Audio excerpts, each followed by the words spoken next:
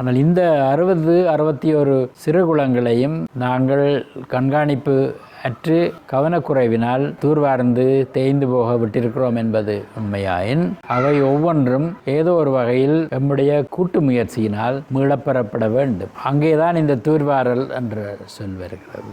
ஓடும் நீர் தன்னோடு கொண்டு வருகின்ற சேர்க்கின்ற நல்ல பொருட்கள் கெட்ட பொருட்கள் எல்லாம் இந்த நான் சொன்ன நீரோடும் பாதையில் தான் போய் பள்ளமான இடத்தை அடைகின்றன. அதில் ஒன்று அரித்து கொண்டு வர மணல், இயல்பாக கொண்டு வருகின்ற உக்கி போய் நிலத்தோடு நிலத்தமாக இருந்த மண்ணோடு கலந்து கொண்டிருக்கின்ற பொருட்கள்.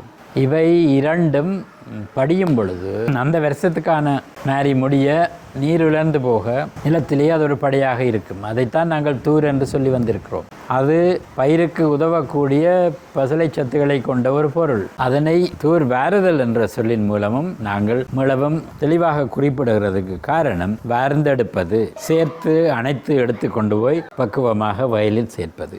அதன் மூலம் மேலே படிந்திருந்த மணல் போய் குளம் இன்னொரு புதிய ஒரு ஆழத்தை அடையும். ஆனால் அளவுக்கு அதிகமான ஆழப்படுத்துதல் என்ற அர்த்தம் அதுக்கு வராது. ஆனால் இன்றைக்கு இந்த தொடர்பற்ற நம்முடைய இன்றைய சிந்தனை போக்கில் ஆழப்படுத்துவது என்பது யந்திரத்தால் செய்யப்பட வேண்டியது. சரியான யந்திரத்தை சரியான நிதியோடு கொண்டு வந்து இறக்கினால் தூர்வாரதலை 2 மணித்தியாலத்தில் நிறுத்திவிட்டு போகலாம் என்பது.